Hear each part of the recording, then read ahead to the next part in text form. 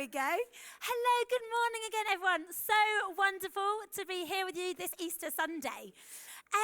Now, if you were to come to my house and walk around my house, it would probably take you about 2 or 3 seconds to spot some random piles of stones around the house.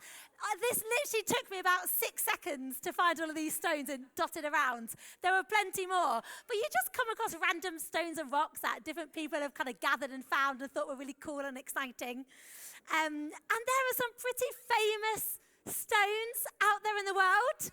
We've got this one here. Anyone know what this is?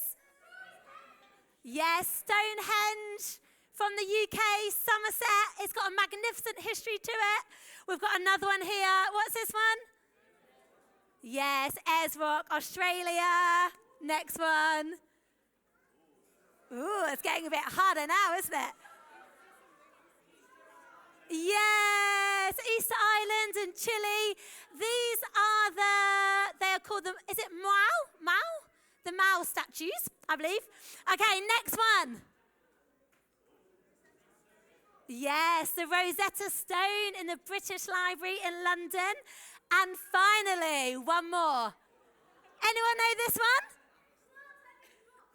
Yeah, it's the stone used in the world's strongest man and woman competition. Does anyone know the name? It's from Iceland. No. Well, you will be pleased to know I did indeed go down the rabbit hole of this stone. It's called the Husafell stone. And it's used for the strongest stone carrying competition in the world. So it's used to determine who is the strongest man and woman. It weighs 186 kilograms. So are there any 10-year-olds out there? If you're 10, can you just stand up for a minute? Any 10-year-olds? Got a couple of 10-year-olds here. Got 3 of you. Any other 10-year-olds? Basically, it weighs about the weight of 6 of you guys. 6 of them, lifting them up and carrying them in their arms. Thank you, 10-year-olds. You can sit down. So that's how heavy this stone weighs. And stones can be significant. Stones can hold memories or tell stories. They can tell history. They can be important. And today, I just want to tell you the story of 2 stones. So I'm going to start with the first stone of the Easter story. This is the famous one.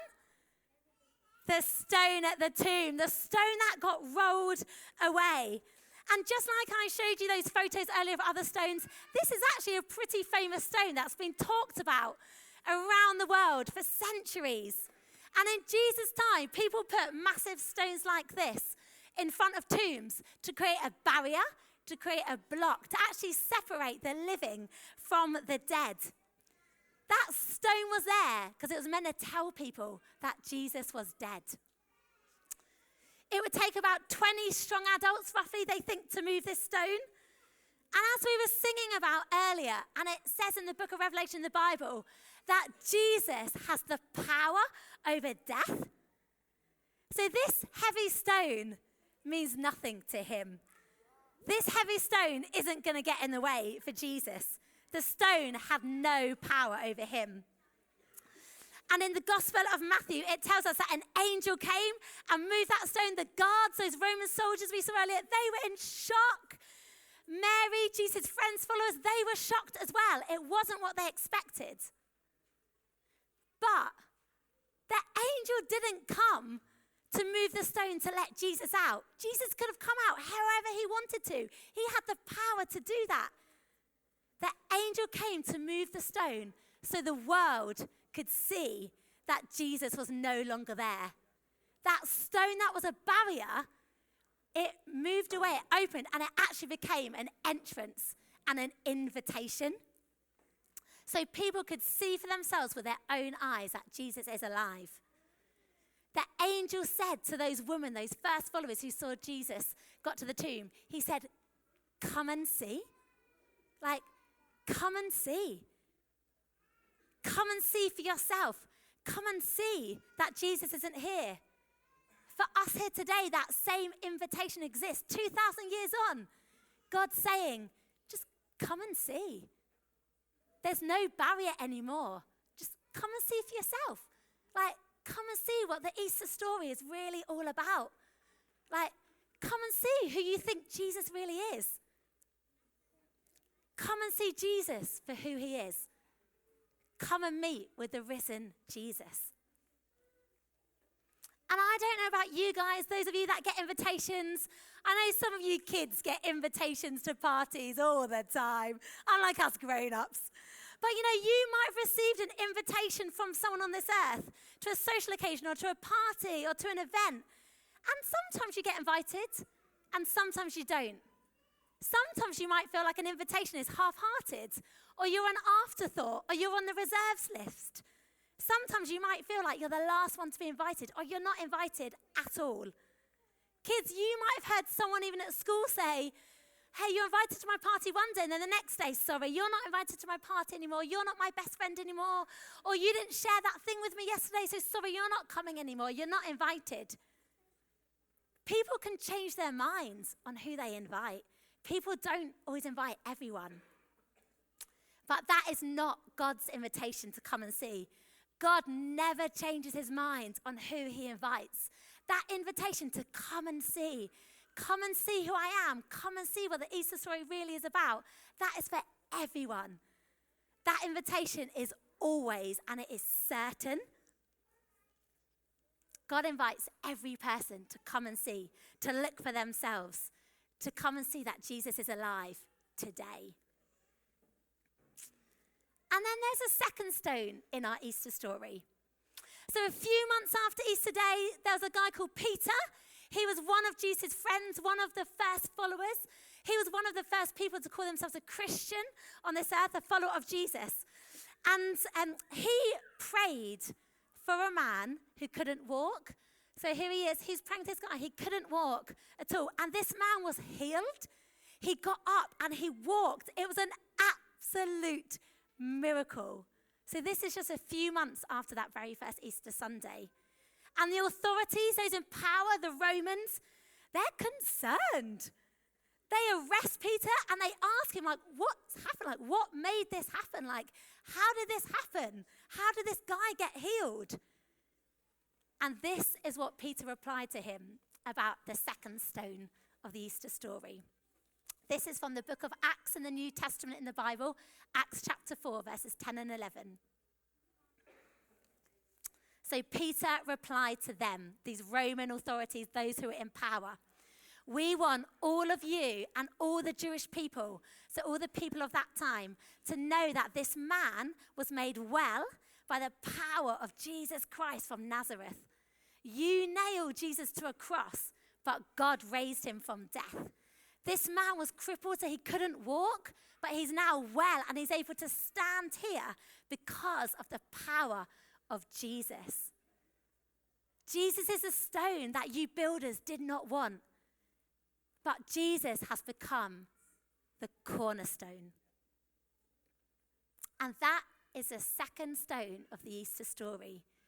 Jesus himself, the cornerstone. And a cornerstone is that first stone set in the construction of a building. So here's an example of one. That first one that's set in the foundation. And it's actually the most important stone in the building. It had to be the right size, the right strength. It had to be able to handle the rest of the building, holding it together. Builders had to trust the cornerstone.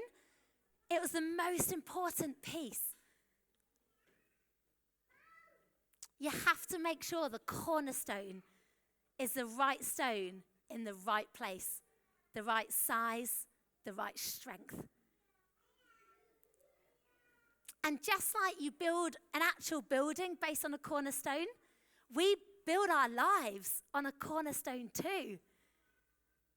We build our lives on something that we think is the strongest, most reliable, most solid thing. And the Easter story reminds us that Jesus is the most solid, strong, powerful, steady, reliable, unchanging foundation that you can build your life on. The true cornerstone. And I definitely know at different points in my life, I've definitely acted like and thought that other things could be like a solid, reliable cornerstone to build my life on. So I went through a big season of my life where I thought my physical strength You might be surprised to know I actually was relatively strong back in the day. My physical strength, my physical abilities, they could be the cornerstone of my life. So if my team were winning, if I was achieving great physical feats, if I was fit and healthy, then I would feel okay about my life. And I felt my life would hold itself together based on my physical strength and abilities being the cornerstone of my life. But then you get an injury, right? You fail at a sporting event. You meet other people who are way stronger and fitter than you. You get ill or you get older and maybe you don't have the time and energy to train and for your body to feel as strong and able as it maybe did before. It's a good thing, isn't it, these things? But it couldn't be the cornerstone that I felt my life could be based on and everything else would be okay because of it. And if you are full of Jesus here today, it can be easy for us to sometimes act or think that other things can actually hold it as a cornerstone in our life. Maybe for some of you, it's your achievements. If you're getting good grades at school, if you're going to do well in your SATs, or if your GCSEs, you're going to do well. Or those exams or something at work, if you feel like you're doing good, if you feel like you've got a promotion, you feel like maybe that is my cornerstone. That's going to be good enough to be the cornerstone of my life. You kind of hope that's going to be robust and reliable enough to hold your life together. Or maybe for some of you, it's friends or relationships. If you've got enough people who like you, if you've got enough followers on social media, if you're popular enough, if you get enough invitations to a party, if you've got a busy social life, that those friends or those relationships, that they can then be that cornerstone. But then a relationship breaks down, right? Or a friendship changes, or you move somewhere else that you don't have as many friends in your life. And that cornerstone just no longer feels as stable. It doesn't feel like it's going to hold the whole of your life together for the long run. And the Easter story reminds us of the one who can be that true cornerstone for all of history. And I just want to say here today as I end, like Easter is an invitation for all of us, whether you say you know Jesus as your friend, whether you say you have no idea what you think of him. Maybe you believe in the Easter story. Maybe you don't believe it, but you kind of hope it's true. Or maybe you just don't know. You just don't know. And it's fantastic that all of us are here today. And I just want to say this invitation to come and see who Jesus really is, to come and see that he's alive, to come and see and think about the Easter story for yourself, and to come and see that many of us here today, we build our lives and have chosen and keep on choosing to build our lives on Jesus as the cornerstone. So I know rocks and stones, they carry different meaning and memories and history. And today we're celebrating and remembering that stone in front of the tomb. It was a barrier, but it became an invitation to come and see for all of us that Jesus is real and that he's alive.